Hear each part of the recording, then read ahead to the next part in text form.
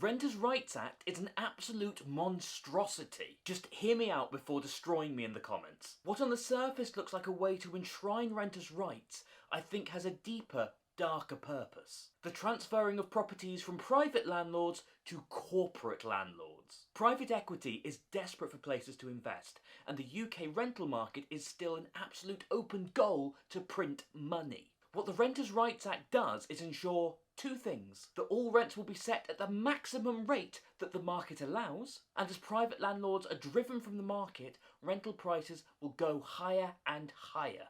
I have family and friends that own rental properties, and everyone I know tries to keep their rents as low as possible if they have a good tenant. I've had landlords who have done the same for me, because the hassle a bad tenant causes is so huge. This bill is punishing the 75% of good landlords for the sake of the 25% rogues. Do I think the majority of young people relying on rented properties to private landlords is a good thing?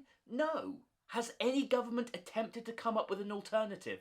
Absolutely not. And frankly, I don't think they care as long as everybody's paying more tax. Which is exactly how I think this bill is structured. For example, if you have a tenant on £150 lower than the going market rate for their rent, and you suddenly need to get the property back, the landlord, as of May, has to go through the courts to get the property back. And if the tenant can prove that they will financially be worse off by being evicted from the property, the courts can stop this. However, if the tenant has the highest going rate for the rental market at that time, they would argue that the tenant can find other properties in their price range, and so the eviction would stand. So the legislation is forcing rents higher to protect landlords, not the tenants.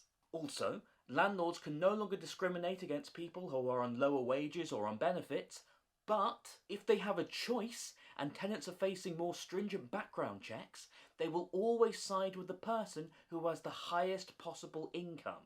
They will take no risks on anyone. Be warned, the Renters' Rights Act is a wolf in sheep's clothing.